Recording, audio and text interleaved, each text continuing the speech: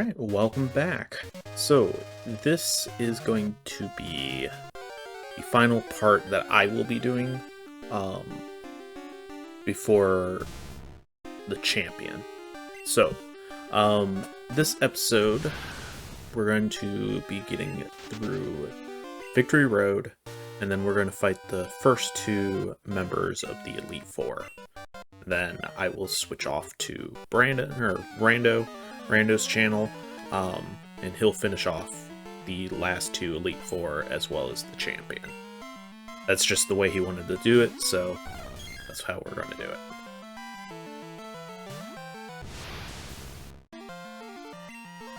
Alright.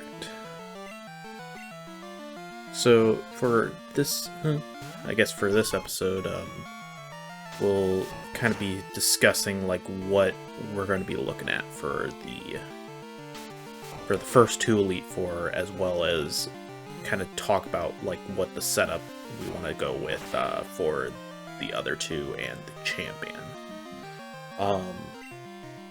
So the first Elite Four member is a Psychic type Elite Four member. The second one is, I'm trying to remember, Bug type? No. Poison, yeah. He has some bug types because they have poison as well. But,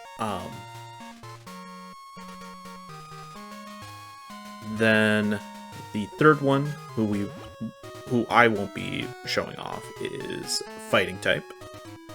The fourth one is Dark type. And then finally, Lance is Dragon type. Or at least dragon-themed Pokemon. Because he does have 3 Dragonites, which is kind of the most terrifying thing about him.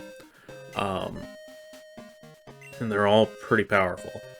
But I did, when, like, leveling up my Pokemon, I did prioritize making sure that Sneasel, the one that will have our primary ice types, is going to be faster than any Dragonite at level 50 or lower. So, hopefully we should be fine there. We should be able to outspeed them. Ooh, a Ponytail. We don't need you, but it's interesting to see.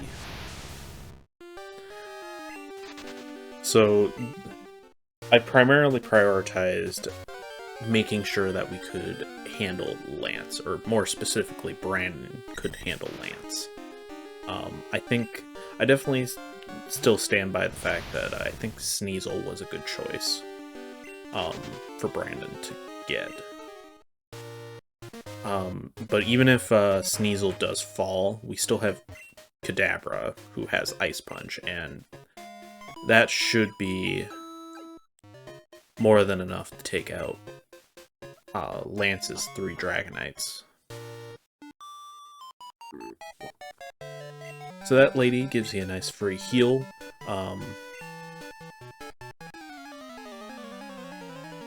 Thankfully, since, we still have quite a ways to go, and we can't easily get back to a Pokemon Center from here.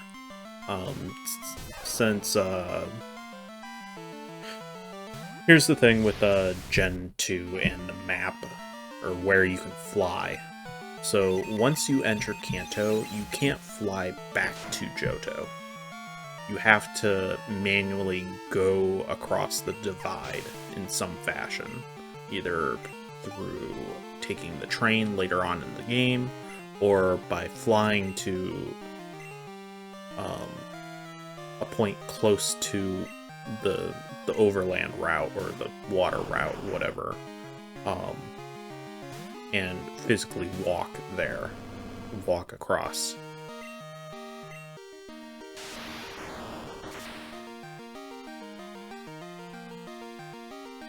Fortunately, that's the only thing with the Thunder Punch, is it's not as good as other thunder or electric based attacks. Like, it is still good, and it's still nice to have that coverage.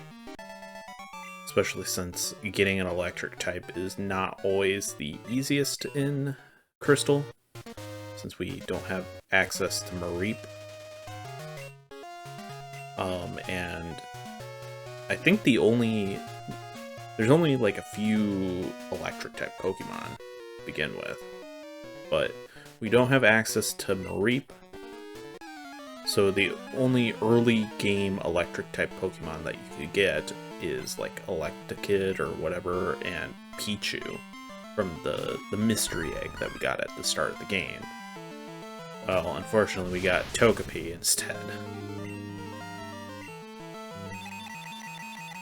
So that kind of stinks. So the only other option is to evolve your Eevee into a Jolteon, or wait until Viridian Forest where you can catch a Pikachu, which I think I will probably do, because, I mean, why not?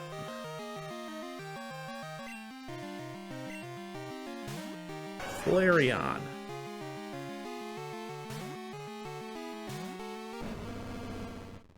Alright.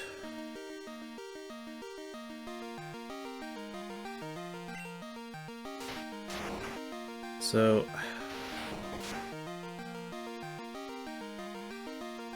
oh, why I didn't send out Feraligatr? Maybe I didn't.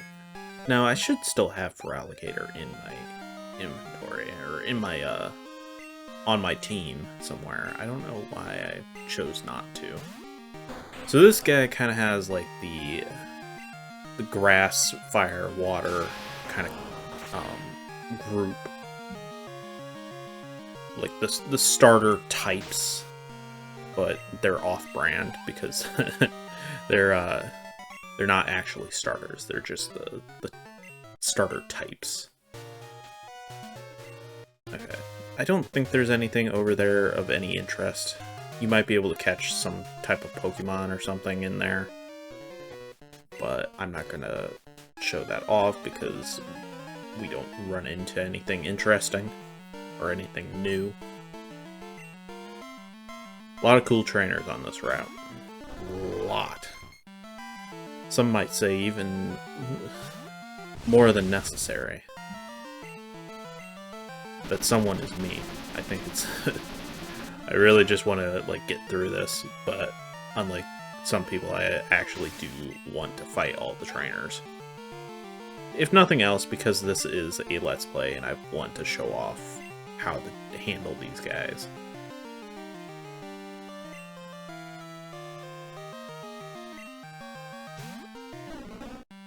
When I was watching one of Brandon's episodes, it was pretty early on, and it was one route where I think it was like north of Goldenrod, I want to say, like that route before you go up to the Sudowoodo. And I like cleared out a bunch of the trainers up there, and he went up there and started like trying to avoid some of the trainers, and eventually he ran into one that he couldn't avoid. So he walked in front of it and was like, "Oh, did David did he clear out all of these guys?" And again, that was my like main goal, was to make Brandon's life easier. So that, and I could troll him maybe a little. It's really strong, but absolutely had to felt sorry for his Pokemon. Yeah, I tend to go through these dialogues a little too fast. Probably should let them go through, or let them be a little longer. That way, you can actually read them. Rapidash.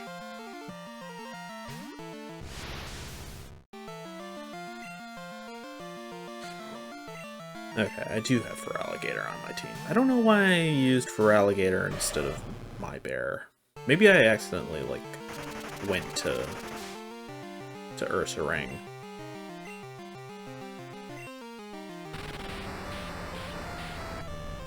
By mistake. Well, that didn't do very much damage, Rapidash. Silly, silly pony. or horse, unicorn. I think Rapidash is supposed to be like a unicorn, because it does have the horn. I don't know, Rapidash always looked really weird to me. I think it's the horn. Like, the horn just kind of... Because I like Ponyta's design, and I think Ponyta looks nice. But... Alright, this is the Gatekeeper. As long as you have all 8 badges of Johto, you can pass. You shall not pass without the 8 badges from Johto. Alright, so that way goes the Kanto. This way goes the Mount Silver. You can't go that way. You can't go through can't go to Kanto. Okay, so this is supposedly the same victory road from Gen 1. Now, I say supposedly because it is significantly shorter. There's no trainers in here other than the battle with your rival, which doesn't count in my opinion.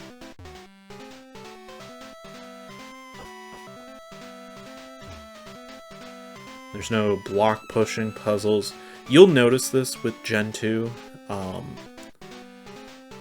a lot, is that there were definitely size constraints. Since this was produced for the Game Boy Color, they did have to make a lot of compromises, and this is definitely part of it. The other notable spot is actually Viridian Forest. That was significantly reduced. I challenge you. A battle for his preconceived notions about how to treat Pokemon. Alright, so he also has a Sneasel. Which means we should probably not have our Kadabra in front. Thankfully, they don't get the idea to switch out their Pokemon. It'd be really annoying if they did that. In fact, I think that's what... I did figure it out. It was Radical Red. That's the thing he was doing at this time of recording.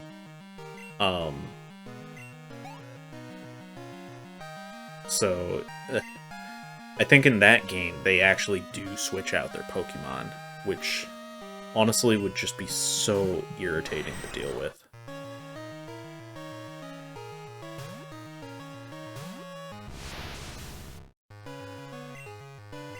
Psybeam, fry this bat's brain. So, the rival really doesn't have anything too scary. Unlike in Gen 1, his team isn't completely dependent upon what his starter is. Other than the starter, the rest of his team is the exact same, no matter what. Because I know in Gen 1, depending on what starter they had, it would affect, I think, 2 of the Pokemon that he had, and that the rival had. In this, other than the starter, everyone is the exact same.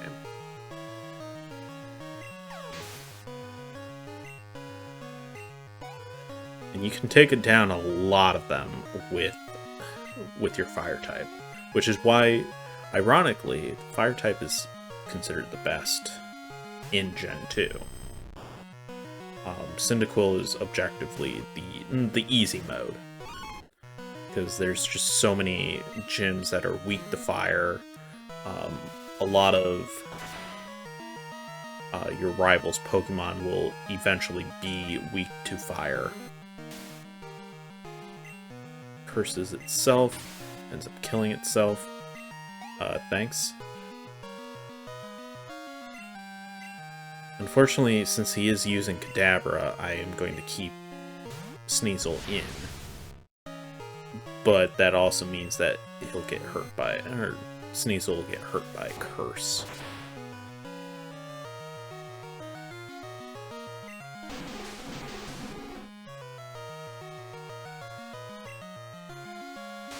And of course he uses disable on my feint attack, which is pretty annoying. But Icy Wind should handle it. I don't know if this guy has any, like, healing items. Like, I could be wrong, but I'm pretty sure we end up taking out Meganium.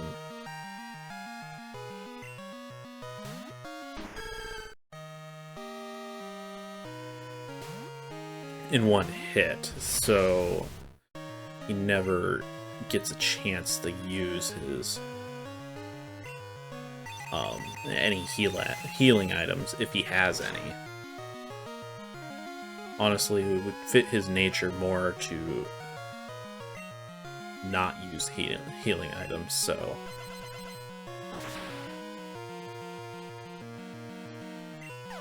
super effective. Alright, and that's it's not the final rival battle. We still have one more mandatory one, and then there's an optional one that can occur on a certain day. Or certain days. But yeah, he goes down like a punk. He kind of starts to realize the error of his ways.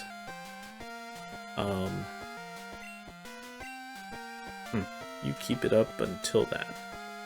Kind of. He kind of realizes it. And there's actually a nice little gameplay / story moment at the next battle. So, as you know, one of his Pokemon is Golbat. Well, in order for Golbat to evolve, it has to have, like, high opinion of the trainer, or, you know, has to love the trainer or whatever. Well, in our next battle, Golbat actually evolves into Crobat, which I find that to be a nice little gameplay story integration. Like,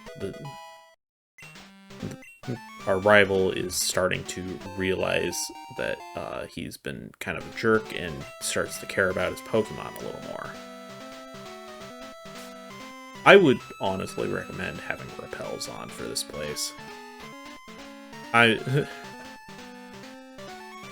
ended up skipping it. I should have, like, cut this part out, but oh well.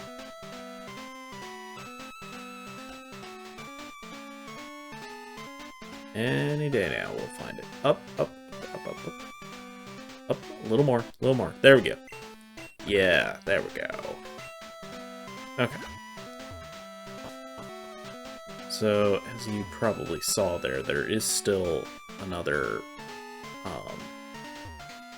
item that we still need to go and get.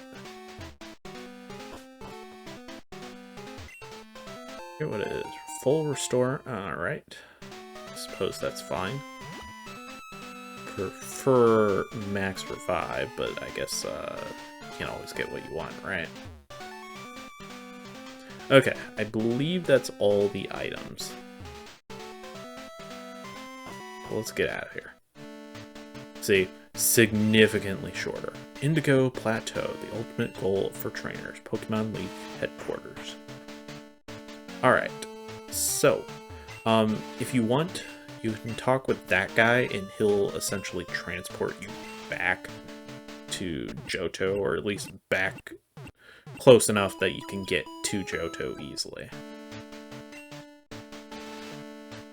So it's up to you. If you need to go back for some reason, that's how you would do it. Alright, so we're going to go ahead and posit Skullkraken, and we are going to withdraw the most important member of our team.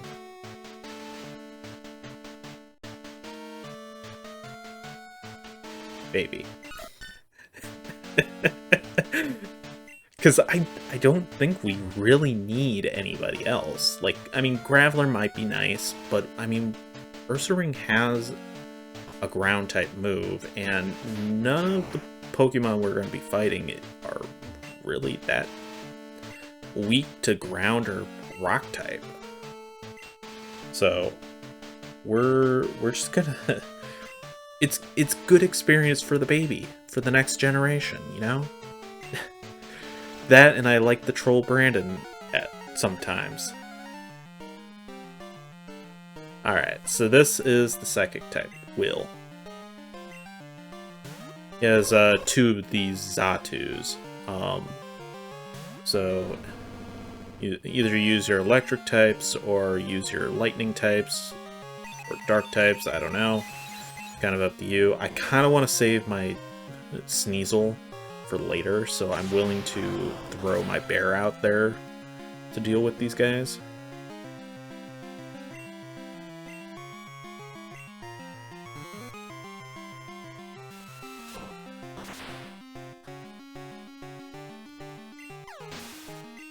I am a little sad that Brandon and I won't be doing the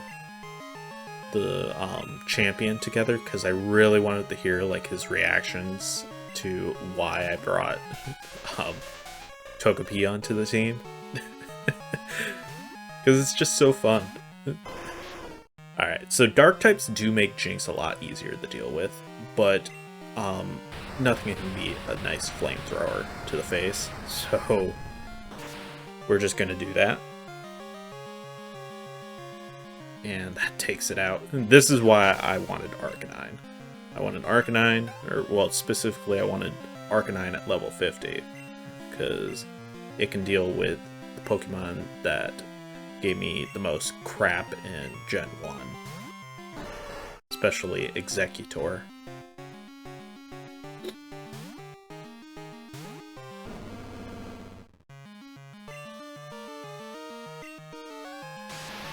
I could probably use Strength and it would do just as much, if not more damage to these guys.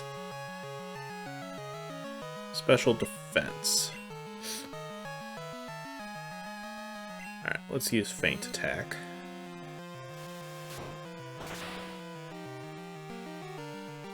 Yeah, unfortunately, Slowbro does have a lot of special defense, which is the primary way that we have to hurt it. Alright, switch back to Thunder Punch. That seemed to do more damage.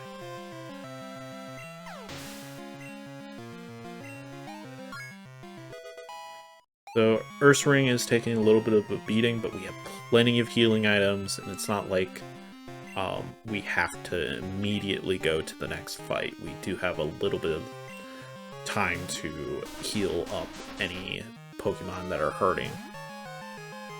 Alright, so in Gen 1, this thing just wrecked my team. I just barely managed to beat him in the rival battle. Well, in this version, since I actually have a strong fire type this time, I'm able to take it down in one shot with a well-placed flamethrower. Alright, Zadu. Alright, I think I am switching out to Claws just so it has the dark type to resist any psychic type attacks that it has. Now, it is flying and psychic type, so either Icy Wind or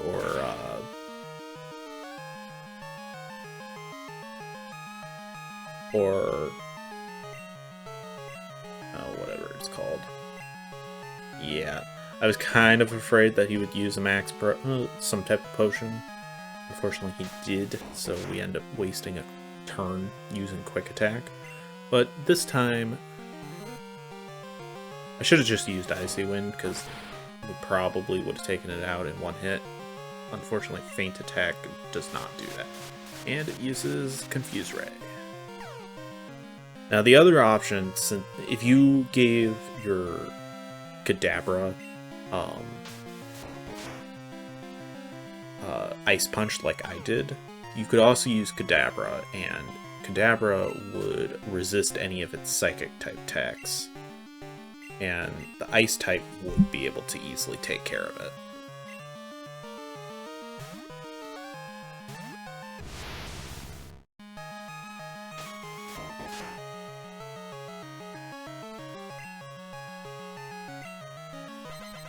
Punch. So I don't remember if I showed it off, but Kadabra did learn Reflect. I actually asked Brandon without any like specifics, just, hey, what do you think is better, Disable or Reflect? Obviously, he probably knew that I was offered that move, so but he said Reflect is what he would choose, so that's kind of what I went for. Alright, so the next trainer we're going to be fighting is a poison type. And who do we know from previous experience with Pokemon? Who do we know that is a poison type master? Well, we'll find out here in a second after I finish healing. I definitely find the next two to be the easier two. The first and the fourth Elite Four members are personally harder, in my opinion, but it's... hold on. Fwahaha! I am Koga! Koga! I feel like we've seen you in another life before. So yeah, Koga actually gets a promotion to the Elite Four. He's no longer the gym leader of Fuchsia City. He's rocking a couple, like 1 or 2 new Pokemon, but it's mostly still poison types. Poison types that we're used to, I guess, from Gen 1. Thankfully, he does ditch most of the psychic types. I can't remember if it was mostly his gym that had psychic types or if he had any. But they all go down pretty easily. There's only one. This one right here. Fortress. This kind of throws a little roadblock if you've been relying on your psychic type to take down the poison types. But since we have a very strong fire type, Fortress goes down extremely easily, since it is Steel Bug and is like 4 times weak to fire. So, yeah, goes down pretty easily. Muck. Alright.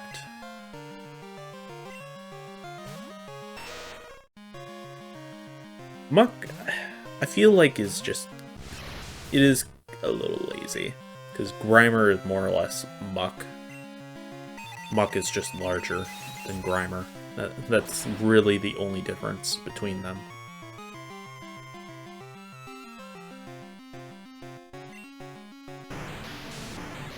Alright, evasion went up. I should have just, like, tried to attack it, because, I use Reflect just in case, but Sludge Bomb kind of, doesn't care about Reflect. It does a fair amount of damage. Screw your evasion. Alright.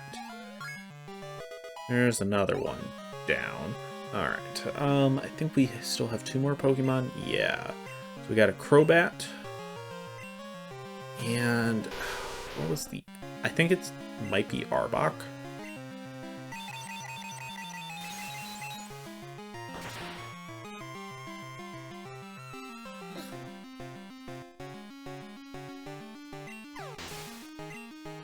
This is why this guy and the next guy is why you want a strong psychic type.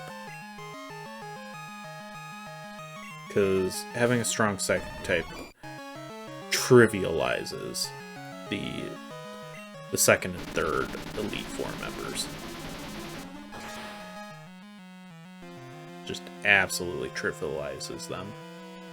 Alright, and that's it for Koga.